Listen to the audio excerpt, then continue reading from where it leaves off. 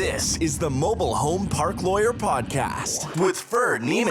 If you're looking to generate wealth and passive income in the lucrative world of mobile home parks, you're in the right place. You'll discover solutions to the common legal and operational pitfalls and how to optimize parks to maximize income. Your host is in the trenches. He's a real estate attorney, financial analyst, and mobile home park investor and operator. Now, let's turn it over to Ferd. Welcome back, Mobile Home Park Nation. Ferd here again today with another episode of the Mobile Home Park Lawyer Podcast. Got another great guest for you today. This guy's got an interesting story. He's a commercial airline pilot, but he now lives overseas. He manages and owns mobile home parks throughout the United States, mostly in the Southeast, but he'll tell you more of his story. Please help me welcome my guest, Dustin Maxwell. Dustin, thanks for coming on, man. How you doing, Ferd? Good. Well, tell us a little bit more about your background, how you got into this space, how you're pulling it off from overseas now, and we'll go from there. All right. Well, started out, heck, I've always had a business sense, or something, little kid started mowing lawns. I think that's lots of common one. Then I moved on to renting or bartering out my dad's Playboys that I found. And I tried little things here and there when I was in high school and stuff. And then finally, wife and I lived in Atlanta and couldn't afford a house. So we bought a rental house, started cash flowing like $1,000 a month. It was actually had an in-law suite on it. So started that, and it just took a few years until the light bulb went off and said, hey, wait, what am I doing? So continued on and kept on looking for houses that have in-law suites and extra units. And then I realized that we wanted to move overseas or something. So I had a reason why. I said, I need to do something bigger. I need some scale, and the single family model, small multifamilies just wasn't in the works. So continued on and looked at apartment complexes.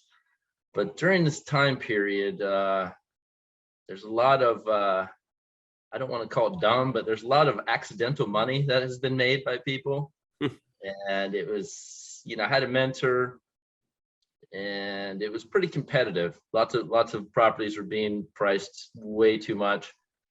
And I remember that my parents had a trailer up on the mountain where I grew up at, and it was a nice community. And so I started getting into that niche and moved on from there. Great. So your story is not unlike a lot of people, where you figure out rental properties, real estate's a good idea. You want to scale, you look at multifamily is super competitive, generally then overpriced, hard to make it work. Mobile home parks, which today, just sitting here in 2022, mobile home parks are becoming ever more competitive. So I wouldn't say they're overpriced at the level of multifamily, but it's hard to find deals, right? So how do you source deals, and how do you make it work? I mean, because obviously mobile home parks are an area where it has a lot of the same benefits of multifamily apartments, but not yet as institutional, not yet as attractive, so to speak, because of some of the historical stigmas. So there's an opportunity to buy them at sensible prices and make better yield. So tell us how you're sourcing them, and I want to hear how you manage them too. Obviously now with you being overseas, it's a different animal, time zone, and other than when you were back in the South or back in the East Coast. Yeah. So let's cover some of that. All right. Well, originally we started, just did the work online, hustling, and it's all about connections. It's reaching out and putting yourself out there and saying like, hey, I'm a new investor. It's not, you have to be proactive. You can't just say, teach me. You have to show them what you can do for them or what you can offer for them. Or, I used to, when I was learning, I used to fly out to LA to meet a multifamily operator just to learn and, learn the ropes and stuff like that. Pounded down, talking with the brokers. And then finally, after you get that first deal, then people will really start taking you serious and stuff. You can go to there's lots of conferences all over the United States, and those are really good idea generators, motivations, everything. So you can get your name kind of out there and communicate with other people, and put a few minds together and the possibilities around this. No, I think you make one good point there that I want to touch on in particular, and that's once you get your first deal. I had a client that was in the office a couple weeks ago, and in my opinion, and in her opinion as well, she was probably paying more for the deal than she wanted to, but it was a small deal. She's like, you can, if it's a $400,000 deal, maybe you can pay 450, 480. And even if you acknowledge you're kind of quote overpaying, you get a chance to learn on a smaller deal with less risk, but also importantly, you've got one. And then when you call the brokers next time, say, hi, I'm a mobile home park owner. I saw your listing. Or, hey, I'm a mobile home park owner. What do you have that's a pocket listing? Or what do you have? Here's what I'm looking for: size, scale, geography, things like that. And they're like, oh, cool. And they'll talk to you. Versus if I've had a lot of clients that say, the brokers don't ever return my call. When I say, hey, I just finished the boot camp and I'm looking for my first deal, they're like, not wasting my time on you. So Yeah. With the market being as competitive it is today, if you're going for a deal through a broker, having one in the tank is really helpful. So I tell a lot of people, you might have to overpay a little for the first deal, or take a deal that has a little hair on it, or you got to just find it off market. And finding deals off market is not an easy task, right? But if you find one or two or three off market, well, now you got the lingo. I mean, I had somebody one day call and they used a term like, I'd like to buy your park. How many doors does it have? I'm like, okay, well, you clearly don't own a mobile home park, because in apartment world, we talk about like how many doors or maybe how many units. In mobile home park, we say how many pads or how many lots or how many sites. I never hear true mobile home park owners say, how many doors is it? So when this person said that, I'm like, okay, you don't own a lot of parks, which means, it may mean you're my ideal buyer because you don't know what you're doing, but it may mean you're not my ideal buyer because you can't close. You just listen to something on Bigger Pockets about apartments and you say, oh, I'll do it in mobile home parks. You have to, sometimes you have to harness down that ambition and that excitement to not cause a disruption, with brokers, especially, they're super busy right now. So usually, unless you have spent a decent amount of time, I'd email them a bunch of times first. Lots of times they don't, taking phone calls and stuff is, takes a lot of their valuable time. And once they, converse with you, like you said, they see how you communicate with them, if you know the lingo and what your understanding level and stuff like that. And then they'll usually chat with you a little bit more and get you. Agreed. One thing I give for tip for a lot of people too is just get on the broker's e-blast list. I mean, I'm on all kinds of, I get deals every day from brokers, and it doesn't take that much time just to quick delete, because most of them are in regions of the country that I'm not buying. So I'm like, okay, here's a deal in California. I'm not buying California, delete. But I've reached out to these brokers in the past and said, put me on your list, because I actually have an LOI out yesterday that I think I'm going to get back, and it's a listed deal in Iowa, and I don't even heard of this broker, but somehow I'm on their email list. I must have at one point peppered them, and I'm like, so it seemed like to me at first blush a very reasonable price, which is not that common, especially, and it's in Des Moines, which is a really good market where I already own one park. So right out of the gate, I see it, I send it to my analyst, say full price offer today, and we got out the door, and I'm hoping to get it tied up with my binding LOI, so that I have time to go look. I haven't even looked at it yet, right? I haven't driven there. It's 3 hours away, but I certainly will drive there as soon as I get it tied up. But just being on all these lists, I saw that come right out of the gate, took action, and my hope is to get it tied up with my binding LOI like today, before it goes a week or two, because my assumption is they're going to get at least 5 offers, full price or higher, which means there's going to be a call for offers, and then I'm out. Right. Then there's somebody else with more money or lower yield expectation is going to be like, I'll pay a 5 cap or a 4 cap, where it came out and it was like a 6.5 cap under market rents in Des Moines. I'm like, on market today's world, that's pretty cool. I'll jump on that, and I can get it up to a 7.5 cap, fairly quickly. So, just to kind of a tip there for people is just, as you're saying, reach out to brokers. And get on their e-blast list, and then show you're active, respond to listings and be like, hey, send me information on this, or, hey, I'm not looking in California. Do you have anything in Ohio? And then they may or may not have that for you. Another thing too that we got hit with a lot is in the beginning, my ability to travel and stuff like that is a little bit different from other people because of one of my old day job. But you have to have a plan. You have to, if you're calling people that are hours and hours away, one of the first things brokers want to know is, okay, so why is this person calling me and they're 5 states away? You have to be able to explain it. My brother used to live in that hometown, or are you familiar with the area and stuff like that? So that helps out a lot too. Do you tell them you're a pilot and that you could be there and be there this afternoon? I've done it. I've met with people from quite a ways away, so that has really helped. Because they don't have time for tire kickers right now. Right.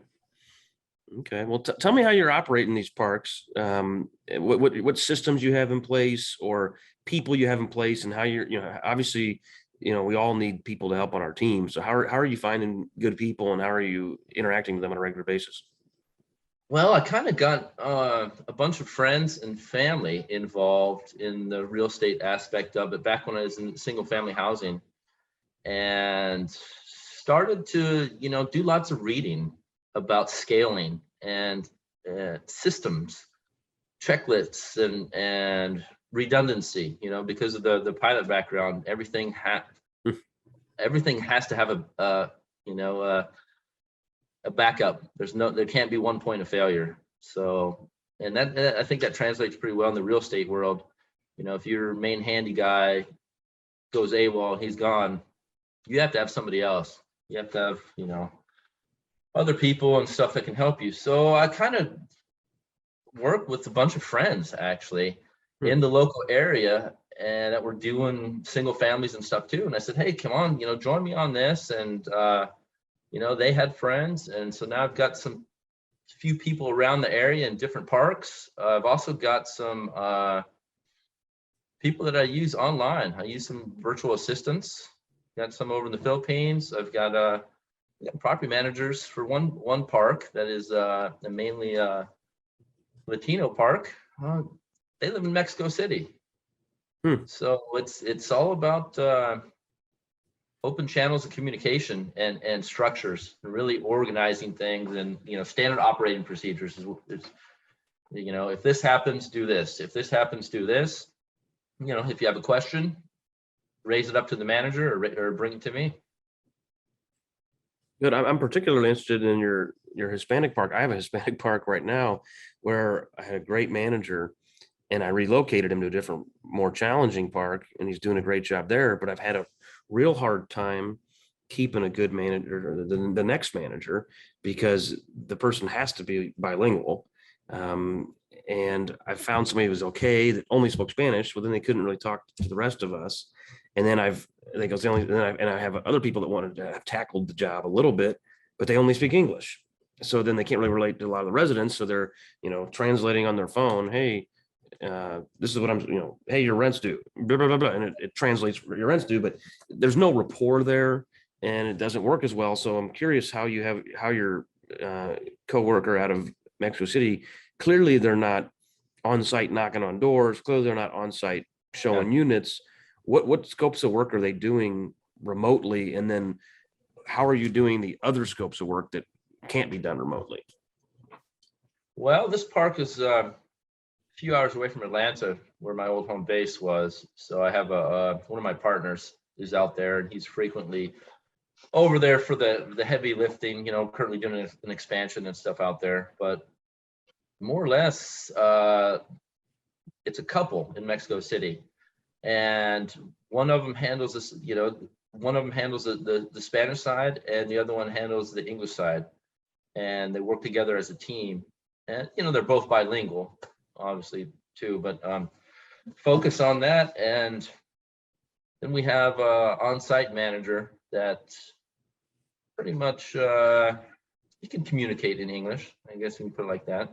We have some interesting conversations sometimes. My Spanish is not too excellent, but it's enough to get by. That's pretty much it. They do the managing, they do the maintenance, they do collections, they do prep leases. that's, lots of different scenarios, with some of the Spanish population, some of the troubles and stuff that they have, and, a little bit different areas for management wise too. You come across some things that you haven't seen before. We had a water bill. This was before the park was metered. Like, what the hell is going on with this water bill? It fluctuates at random times drastically. Well, once we were really digging around in the park, we found a little hidden area, and hell, they had cornfields, bean fields. They were growing everything, which is it's great, but you can't use all that water for free. You need to, wow. you need to pay for that. So how did they do this without notice? It's like in their backyard, or was there like 10 acres of timber and they cut a path? It had quite a bit of acreage that they had worked out a little community garden, in the back and stuff. So yeah, that's kind of cool. I've thought about, we actually had one park where it was kind of a community garden, but it was up to the residents to do what they want with it, and they just kind of quit doing it. So it was there when we bought the park, and we're like, there was 2 acres of extra dirt. And we're like, I don't care if you guys, and we even tilled it for them. We even like got the, Wow. I can't remember, they got the tiller out there and just broke up the soil for them, and then they planted, but then like a year later, apparently nobody wanted to do it. I don't know. But that kind of feels cool, like getting a community garden going. But yeah, who's paying for the water? Maybe we had the same problem because we did sub-meter that park. So maybe we killed the garden by virtue of somebody's got to pay for it. And in hindsight, maybe I would pay for that, put an extra spigot there. But I've had the challenges where they fill up their kiddie pool every night, dump it out. Because I used to have a kiddie pool, and we didn't want to leave it sit there for 2 weeks with the same water, right? It gets stale and gets bugs in it and stuff like that. So you want to dump it out. And, I make sure to check your insurance guy, by the way. Generally for us, pools got to be the little ones below knee high, or they got to be fenced in, which nobody wants to really fence them in. But once you start charging me for water, which, is reasonable, then they don't like using their pools anymore. It's like, I can't pay for everybody's pool, 50 gallons every day. Yeah. Have you explored at all splash pads in any of your parks? I have looked into it. I do not have any splash pads. I'd say splash pads have a lot of pros over pools in the sense that their maintenance costs are way less. You definitely don't need a lifeguard compared to pool, where you probably do, or you at least have lots of signage. Insurance is going to be a lot more, and then just general liability and risk of having a pool.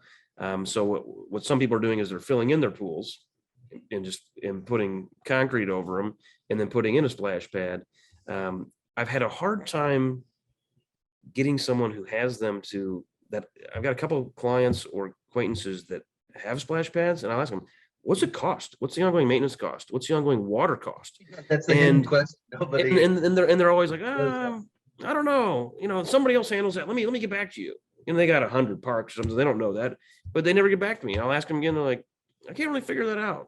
So I'm like, okay, it sounds like a runaway check. I've seen CapEx costs, one-time cost I've heard as low as 25,000, as high as 100,000. I thought, if it's 25 grand, that's not insignificant, but maybe you do that instead of a playground, or you put a playground with it, and it's a nice amenity that attracts residents. It's obviously going to be a relatively large park to make it worth it. But in one that I have one park that I had to fill like 50 pads, 50 mobile home pads. And I was like, man, maybe bringing this in would be a nice amenity where I can charge an extra 25 a month, and I'll sell 50 houses in half the time. I can justify it, but I never did it because I could never get, I wanted to monitor my OpEx costs. Because if it's going to cost me $1,000 a month to run this thing, well, do the math. 12,000 at a 10 cap's 120 grand. At a 5 cap's 240 grand. I don't want to lose 240 grand in my park because I got, a splash pad there. And once you give it to people, you can't take it away. Right. So I personally haven't done it. I've looked at it, but I just never got over the hump. And then that park, while I was waiting, I just ended up filling up, relatively easily. So I filled it anyway. So I'm like, well, I don't even need the splash pad. And then you got to, depending on your park, how much land area are you going to sacrifice for it? Like I have one park where I really felt like I needed a playground, and I gave up a pad for it. And, you know, that's expensive. You know, I had zero common areas. So like my mowing bill at this park is zero. Like that's how little grass I have. Wow. But I wanted a playground. So I had a really crappy double wide that I had to demolish anyway. And this wasn't really a good park to bring in homes because it was older housing stock, rougher park. So I just demoed the double wide, put in the playground. People loved it. So I'm like, you know what? It probably was worth sacrificing one pad for this amenity that makes the community better. But that's another part of the analysis of the splash pad. I'll have to look that up then. Maybe a But playground. no, and if you stuff. figure if you get a square answer on it, let me know. I'll do the same. Yeah. I barely even found companies to do it. The main company that had wide selection and would plan out for you is out of British Columbia, actually. Interesting. Okay. So what other tips or tricks or lessons learned or nightmares perhaps have you learned over the years that you can share with our audience? You know, starting out, there's always that factor that you're kind of, you don't know how things are going to work. And that's the good thing about real estate. It is one of the things. It's not like studying for a test, either pass or fail. You have so much power and control just depending on how much work you put into it. You know, that old blood, sweat, and tears. Like really real estate wise, you can overcome a lot of problems and issues, even financial things, just by depending on how much you put into it, you know? So I like that aspect of it. And especially for the first timers and stuff, because when you're first in it, that's when you have that time, you know, you're learning. Get in the park. I always recommend get in the park and, you know it, learn how to do stuff. You know, spend the time researching and educating yourself on it, because it's those little nuggets, they stick with you. And then they, you know, when you have to handle a larger issue comes across. I think there's a quote. I'll try to think of it here, but that kind of covers that I really like. Is something like, success comes from good judgment. Good judgment comes from experience. Experience comes from bad judgment. So, you know, I tell my team all the time, like, you know, mistakes happen, but make smart mistakes. And what I think are smart mistakes is you learn from them and you never make them again. What frustrates me is dumb mistakes, which means it's the second or third or fifth time you've made the same mistake. And then, you know, we had one issue where the rent increase didn't get properly entered into Rent Manager as a recurring charge. It was like, hey, rent's going up $20. They made it for next month. Well, the month after, it wasn't applied. So the people didn't tell us, hey, your rent's low. So then I look at the P&L and I was like, why is our revenue down? We have full collections of this park. Why is it down? Well, it was down because it went up for 1 month and went back down. So the good employees would say, that didn't get entered properly as a recurring charge. That was a mistake. And one lady in particular, she said, I'm going to go look at the other parks to see if the manager for those parks made the same mistake. Like Those level of correlation. That is using your brain. You know, where another employee in her region did, and we must have made a mistake on one property. Well, then like 2 weeks later, we're like, it happened on the other property. You had 5 properties and you entered them incorrectly on 2, but you didn't think to go look at all 5 to like self audit. And then it sounds like, do I have to do that thinking for you? That's not good for your career trajectory. You know, you want to be the person that is, you know, I jokingly say, and I'm joking, is as an attorney, people hire us to solve problems, but really what they hire us for, they don't even know it. Is sometimes I'll say, Dustin, here's the solution. And you could be like, what do you mean solution? I'm like, to the problem that you haven't noticed yet. And that's when I'm adding value, is if I'm recognizing problems before they become problems and then proposing solutions. And that's critical thinking and, you know, foreshadowing. And it's hard to get that out of everyone, but I really think that's a key area, you know. And you mentioned in real estate, you have the opportunity to do that. You know, you can solve a problem, you can foreshadow and see a problem and solve it before it becomes a big problem. And I think you're right. That's something really cool about real estate in general, but one way to get there is exactly what you said, and that is be in the park. Yeah. These guys that never see their parks, I don't get it. I mean, some people are like, yeah, I look at my park. I sold a park and we manage it for them, these guys. So I guess that helps them, but they looked at the park one time during due diligence. And then in the next 4 years, they never set foot on it again. And Wow. they had a competent manager, I guess, to get away with it. But I see operators that do that. They're like, yeah, I look at it once and then I hire a manager. I'm like, if you're do that. comfortable doing that, if your investors are, comfortable with that, but I know. I love calling my investors. That's a good point. I have one investor in particular I talked to him a couple weeks ago, and he's like, "Oh, it sounds like you're in the road." I go, "I'm watching your investment. I just left. I'm driving home." And it was like 6:00 on a Friday night, and I'm like, "I just left. I'm going to be home at 8."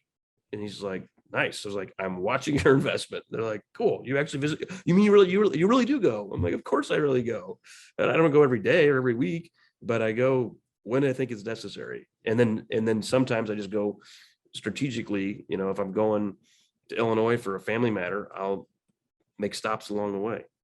yeah. What other lessons or strategies can you share?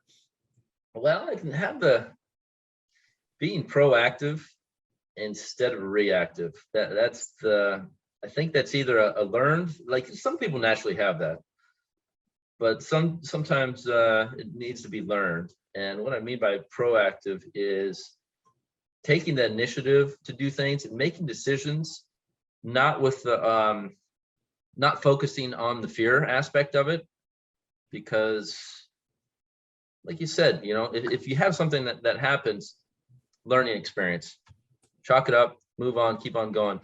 So I find that lots of people who get in trouble or get stuck with things is they're more reactive, waiting for things to happen and then responding instead of really going out and taking charge of the situation and stuff and possibly making the wrong decisions.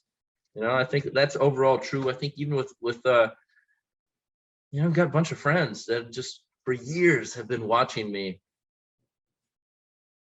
grow and do all this, and they never stepped in. Hundreds of $1,000s in the bank. Now it's not worth that much, but because they could never take that little initial plunge, even with a small amount, to get moving forward, because they were too worried about what if. So it reminds me of another quote that a quote I heard years ago was, you can have excuses or you can have results, but not both.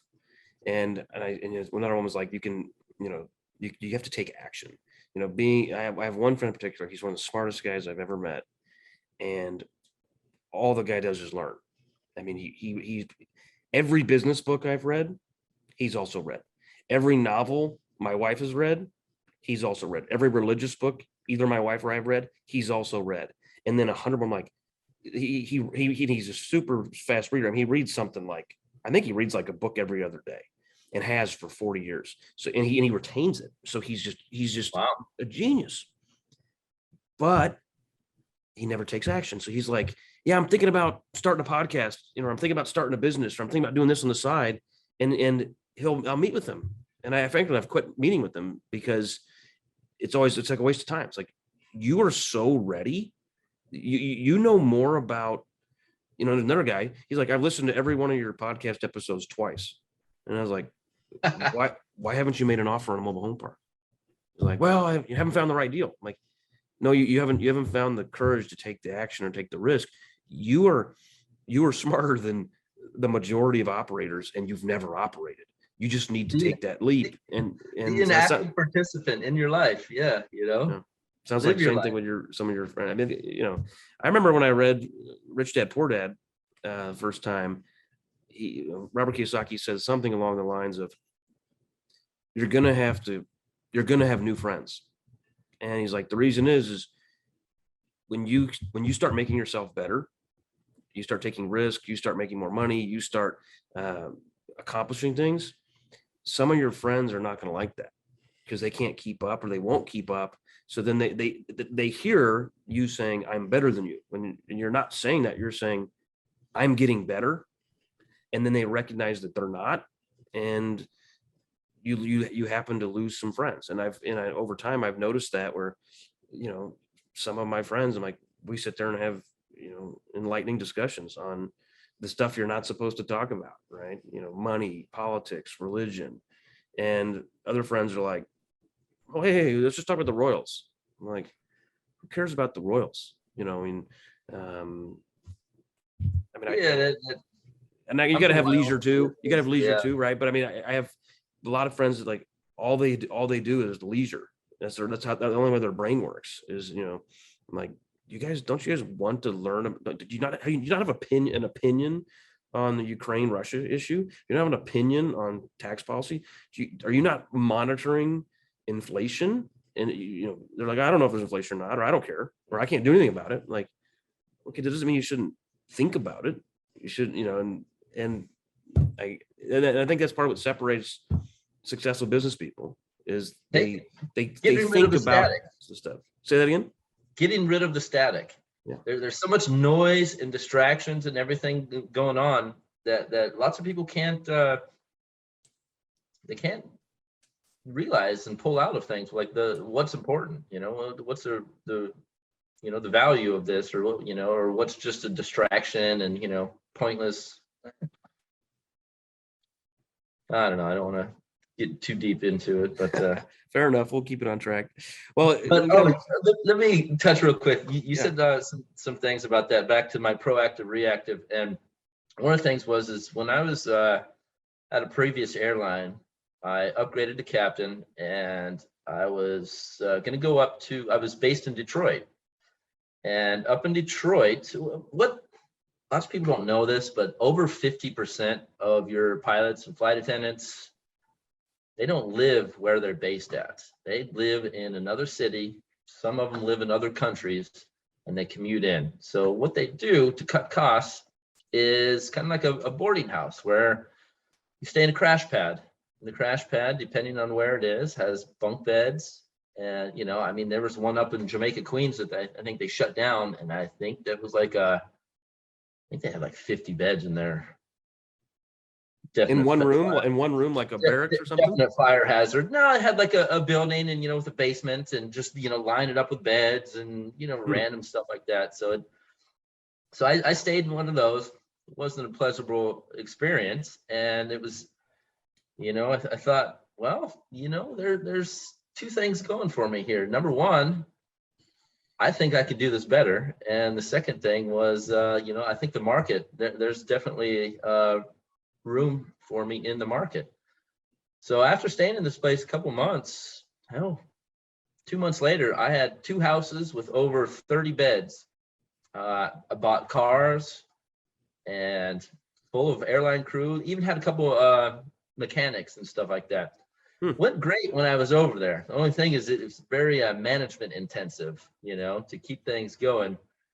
And once I was able to leave Detroit and get based in another base as a captain, I tried to do it remotely, and it was just, it's something that can't really be done remotely unless you have a professional manager. So I didn't go up there for a few months, and then I came up, and wow, it was people had sectioned off parts of the living room and the basement with sheets because they didn't want to sleep with other people, and it was just, the cars were trashed, the house was dirty and a mess. There was, but you were kind of running the original Airbnb, it sounds like, but by the bed, and you were providing cars, community cars, all that kind of stuff.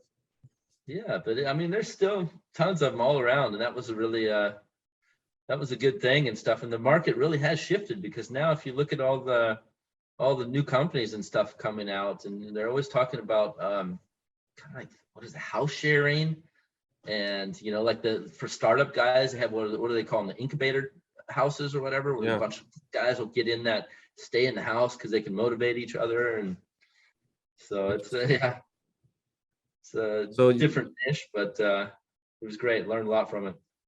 I bet that definitely is a But unique. Be experience. proactive with it, make decisions, do stuff. Don't sit back and wait for things to happen. Good tip. Good tip. Anything else you want to share before we jump? And if not, how can people find you, Dustin? I do have a website. Company that I run is called Jet Setter Capital. www.jetsettercapital.com. I have a password protected on it. The password is Mario, capital M, and then ARIO. I'm currently over in Israel right now, so I will get back with you if you guys ever, try to give me a call or email me and stuff like that. You have to think I'm 7 hours time frame difference from the East Coast, and I'm, constantly going back and forth to the States. But yeah, feel free to reach out and stuff. I'm always excited to chat about real estate. All right, man. Well, thanks again, Dustin. I appreciate it. All right, Ferd, thank you very much for your time. Likewise. You've been listening to the Mobile Home Park Lawyer Podcast with Ferd Neiman. Ready to learn more? Go to www.themobilehomelawyer.com for free resources and materials to help you succeed. If you love the podcast, go to Apple Podcasts, give us your review, and subscribe today. Thank you for listening. Neither the Supreme Court of Missouri nor the Missouri Bar reviews nor approves certifying organizations or specialist designations. The choice of a lawyer is an important decision and should not be based solely upon advertisements.